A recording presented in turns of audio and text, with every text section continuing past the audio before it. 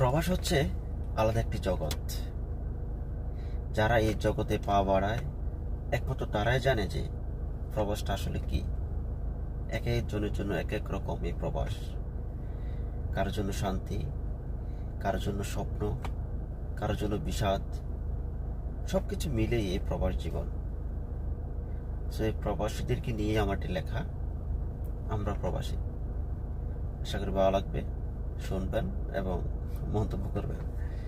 জি, কারো কাছে প্রবাস মানে স্বপ্ন বিভোর রাত, কারো কাছে প্রবাস মানে ব্যস্ত দুটো হাত, কারো কাছে প্রবাস মানে অনেক অনেক টাকা, কারো কাছে প্রবাস মানে আসলেই সব পাকা, কারো কাছে প্রবাস মানে প্রখর রোদে কাজ,